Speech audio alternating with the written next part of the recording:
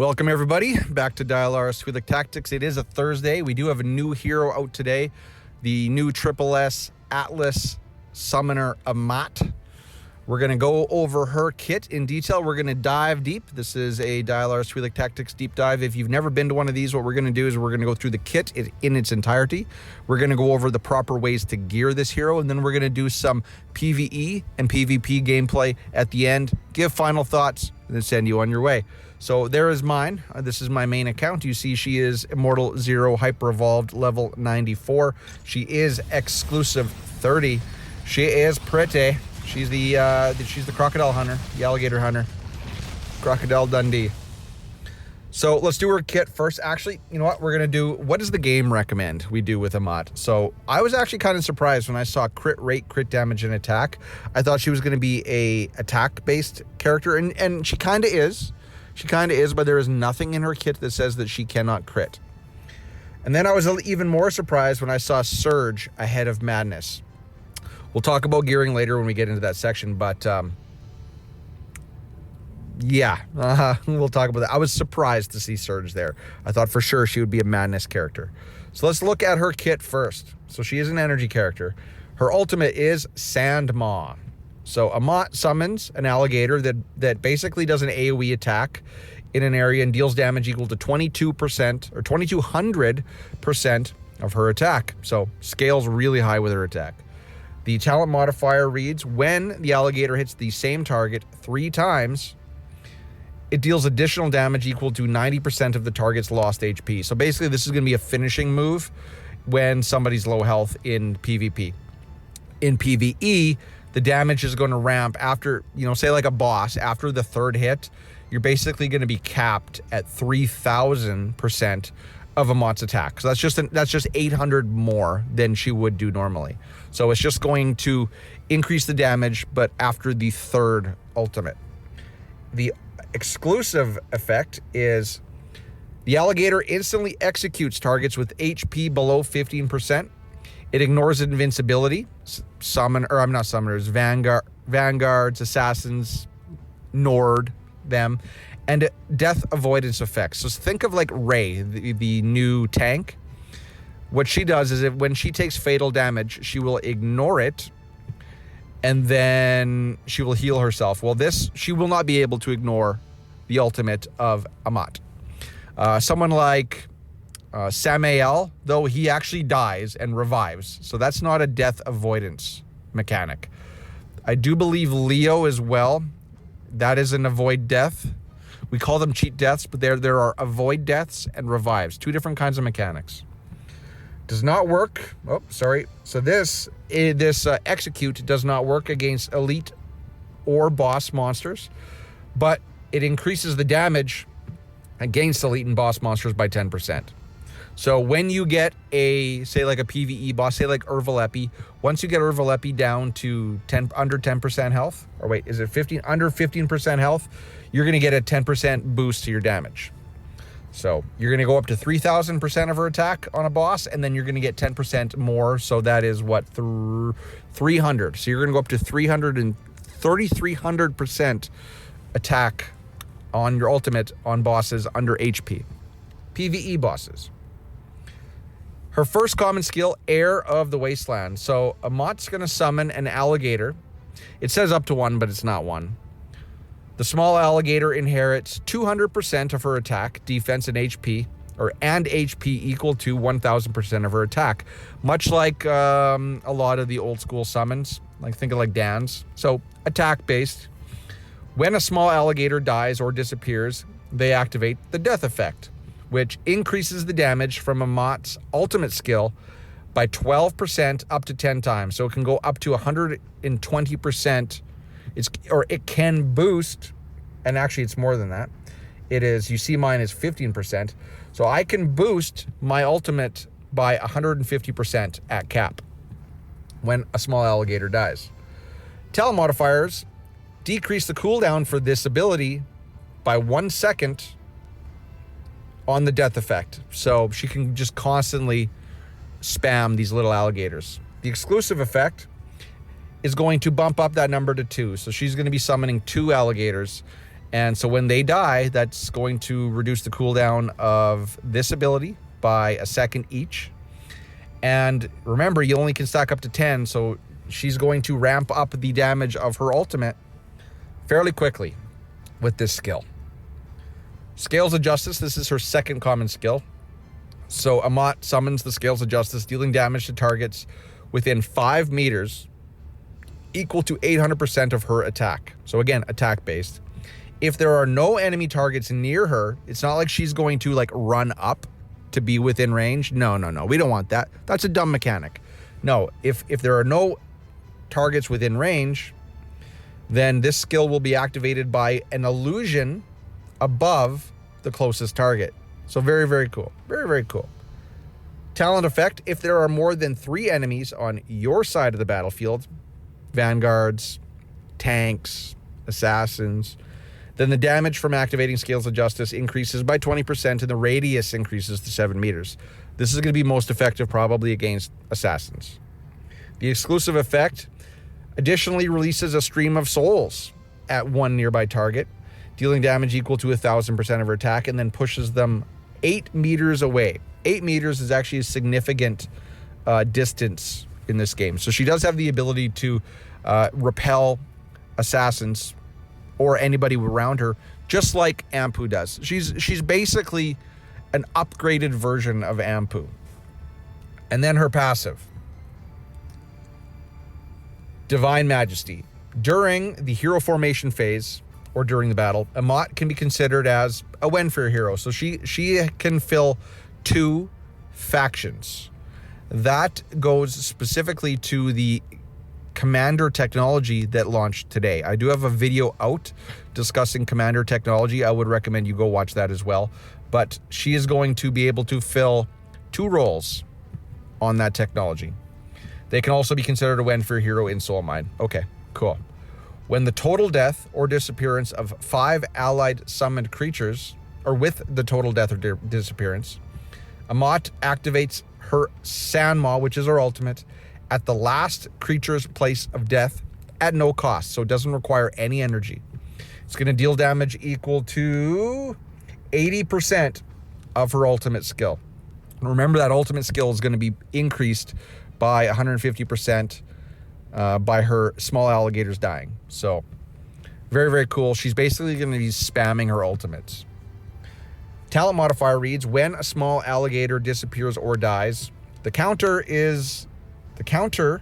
of this skill will count them as 2 summoned creatures. So her alligators count as 2, and the total you need to reach to make an ultimate go off is 5. So you're going to have that go off fairly quickly in a summoner team. Exclusive effect, when 4 summoned creatures die, so now it reduces it down to 4 instead of 5. Okay. When 4 creatures die, activate Sanma at no cost. Now, I don't know if this repeats. I would hope it repeats, but it doesn't say it repeats. So it might just stop at 4, or at 4, it'll just keep going over and over and over again. I don't know that. I would hope that it is recurring. Otherwise, it's kind of useless. And that's her kit. So she does have some definite like Anpu vibes. She does a lot of the stuff that Anpu does. Now let's go to gearing. So you see, I am running a Surge set. Now I did test Daniel's old attack-based Tempered Madness set on her. Then I tested this Surge Signet set, and I tested it against a crit-based Madness set. Tested all 3, and actually the attack-based Madness set did the worst. Then the Madness set, the crit-based Madness set did the next better, but the Surge set did perform better. It wasn't a huge, significant increase, but it was definitely a bump. It definitely did better. And the reasoning behind this is, you know, her 2 summoned alligators, yes, she's going to be summoning them all the time, but basically her whole kit revolves around giving her more and more ultimates. Now that ultimate, Sandmaw, that doesn't count as a summon. That counts as an AoE attack. So that is why you want to use Surge, because her ultimate being an AoE attack, that is going to benefit more from Surge, whereas if you're running the Madness sets, be it attack or crit rate, that's really only going to benefit her summoned units, which is the 2 alligators. So by you running a Surge set, you're going to buff up your ultimate more so to a higher degree. And I don't know why everybody's freaking sending me notifications now. A Surge set is going to increase your max damage capability through your ultimate more so than a Madness set would increase your damage capability through your summons. I think that's as succinct as I can make it. So Surge set is the way to go. You kind of want to run her like Cariolis. So crit rate hands, attack helm, attack boots, and then the rest of it, you're just going to look for basically crit rate substats first. You want to get her up to around 90%. Or 85, depending on if you have the cake, then you get a 5% bonus from the trophy. And if you have some crit rate stats on your commanders, then you might only need like 80% crit rate, right? To reach close to 100. So crit rate is going to be your primary substat you go for, then attack, then crit damage, in my opinion. And that's the gear. That's the gear. If I do eventually, yeah, no, it is Surge. So I do have, Carrie's set is tempered. I did put that on her for like guild expedition and endless battles. Did really well. I could put Sif's Madness set on her, but I still don't think, since that's only going to buff her alligators, that is not going to buff her AoE. Like I said, she's a lot like Anpu, and you're going to gear her a lot like Anpu. Just let's be thankful she doesn't need accuracy. So her exclusive is an attack based. Take it to 30. Is it worth it? Well, what does it do? So it is the execute. So for PvP, the X30 is definitely worth it. I don't know if it's worth it if you're just going to use her for PvE, right? Because it's only going to increase the damage against bosses by 10% when the HP gets below 15%, which is a small margin of time in a battle. So while it's worth it for the stats alone, I don't know if the X30 is like a mandatory, you have to get it. Okay. Talent effects, do them all. Why is resist still on a hero in 2024, especially an attack-based hero? I don't know, but do them all. Every soul potion should not be a limiting factor in your account anymore. So there we go. You can see mine is currently sitting at what is this? Crit rate. I am at 90, basically 93% crit rate. 255 crit damage, and what's that? 70,000 attack, 71,000 attack. So that's mine. Now let's go show her off. So the first place, obviously, what we were hoping for is that she was going to be the Crimson Abyss killer. But she's not. She is not the Crimson Abyss killer. So basically what she does is she can replace Anpu to give you a marginally better outcome. So I'm going to run 20 just because I know that 20 I can down on auto, whereas 21 I got to do a little finessing. So let's just show you what she can do in 20 in Crimson Abyss versus an Awakened 6 Daniel and a X30 Sif. So, give her time to ramp up. Remember, her ultimate, a lot like Anpu with his ultimate, it takes a little bit of time to ramp up. So is she better than Daniel? Awakened Daniel? No. But you see, she is kind of keeping pace with Sif. We'll see if she can catch her. But she's not OP by any means. So you see the 2 little alligators, they just died. The big alligator is actually kind of hard to see. There it is right there. I'm looking for it. I can't ever really see when the big alligator comes up. There it is. It's not that big. You would think it was a bigger effect since they did make a big deal out of how big this alligator was. But you see, there it just popped up again. So I'm trying to see if it's recurring. There it popped up again. So she has two alligators up at all times. And then that's kind of like Anpu. I think he only had 2 zombies up at all times. And when you pair her against Anpu, she can do a little bit better damage than Anpu. So if you want to pick her, you don't have to really do Anpu. And I do think that there is an option not to run Anpu in PvP as well. Purin, obviously in this fight is going to work really, really well. If you're going to do other PvE fights, like say in Katosian Triangle, you're probably not going to run Purin there. You're probably going to want to run Sorvali or Anpu. So she does have a place on the summoner team, but she's not like blowing the lid off of anything.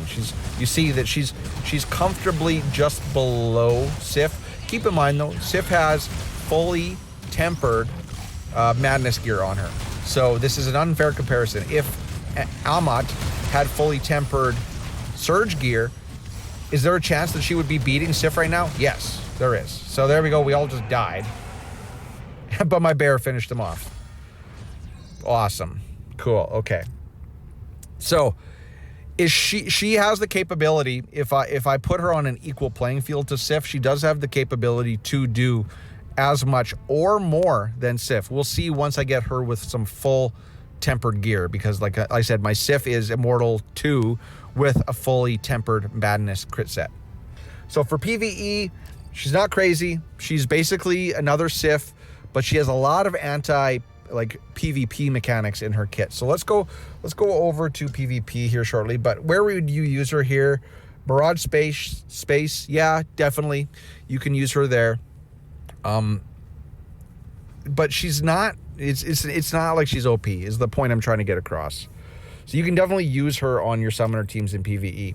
And if you look at Endless Battles right now, if you see the current lineup, people are running Amat, and they have removed Anpu altogether. Now that also is because we're not getting bonus points for Anpu, but before people were running Senway and Kalaza on this team, they were running basically the same team that we were just showing you in Crimson Abyss. They pulled Anpu off and they put Purin in. But then, of course, we realized Senway is better for points in Endless Battle. So it looks like you could either or run her or Anpu in a PvE team. So let's go check out some PvP quick. Now, this isn't going to blow again, just like PvE, we're not going to be blowing anybody's socks off. So here's a Korra team. Now, I was hoping that this team would beat Korra, but that's not to be. Now, because of the new guild or the commander tech system, I am running Purin in this team versus running Anpu, because this is going to give me everybody more attack and basically some damage reduction. So let's just see how she performs against a 9.2 million combat power assassin team with Korra, and you see they do have a 4 out of 5 commander tech activated. It's not going to go too well. So right away, Purin's almost dead. They're going after her. Purin's dead, Amat's dead, we're all dead. We're all dead, right? Ta-da. Okay. So is it the Korra team killer? No, it's not. It's not. Mad Mole, what's he running? Okay, he's got Vanguards, 8.5 million Vanguards. Can summoners beat Vanguards? Because Vanguards, before this, were stomping summoners. Let's see. So what's going on? They can, let's see if her disruption, she's stunned. Claire just stunned her, so that's not good. And she's stunned again. Now here she goes, and it's not going to do it. She's dead. So, Claire's a beast. Claire is still allowing Vanguards to roll through summoners. Let's just fast forward. Not enough. Not enough. All right. What's this? This is, how do you pronounce his name? Spixter. So he's running an energy team. Kind of. No, he's not running an energy team because he doesn't have 3 energy characters. Okay, well, we're not going to learn nothing there. Omnicide. That is a 5.9 million, so that is a subpar Vanguard team. He's even got the Teresh version. So he decided to chuck Claire to the back again. I don't know how big of a Claire he has, but let's just see. Let's look at the damage meter. Oddly enough, Dorothy's doing the most damage. But you see between Sif, Dan, and Amat, you know, it's kind of like we were seeing in PvE. She's Dan and Sif are up top, and she's suffering. And actually, we're dying. So this high-end summoner team is going to lose to a weaker Vanguard team. Mystic D. What does Mystic D run? Okay, here we go. So this is Assassins without Korra. We'll see how they perform. And if they perform poorly here, we'll pull out Purin and we'll put in another summoner. We'll put in Anpu, see if that helps. But look, because they're just killing Purin. Purin's not doing a whole lot. All she's really doing in this team is she's allowing them to activate the commander tech. So Gobo just went up there and nuked their Purin. Now Gobo's going to work on Fiona.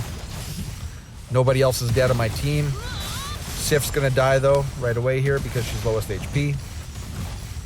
And we don't really have a healer anymore. But we are going to win. We are going to win. Yeah, so this is a win. So what I'm curious about is I want to go back up to... Let's go back. Let's go to Dockley. Dockley is kind of who I go after when I want to test against. Whoa, that's a 9.9. Okay, we're going back to Zoc. We're going back to Zoc. Okay, so let's switch out Purin and let's try Sorvely. Sorvely is going to give heals.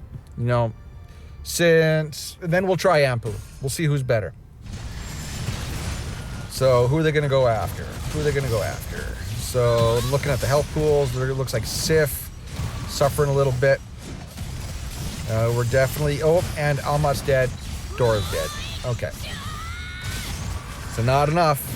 Not enough. Not enough. Let's try Anpu in this test again, because that was my hope, was that summoners were going to somewhat hard counter assassins. Let's bring in Anpu, and let's see if this goes any differently. Let's put her to the back. There we go. Okay.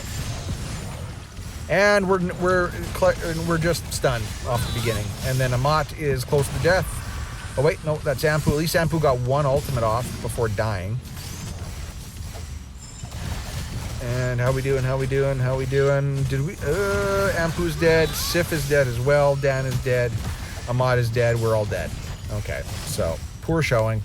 Sadly, not enough. Not enough. All right, so they need help against. They need more help against assassins. Now that is a 2 assassin, 2 energy team, so we're not going to fight that because there's no bonuses to be had there. What's the Django running? Okay, so this is an assassin team without Korra. So let's try bringing Purin back in. That's going to activate my commander tech, and let's run it. So this is like something you're probably going to see more. Now, keep in mind, my friends list, I try to populate it with killers.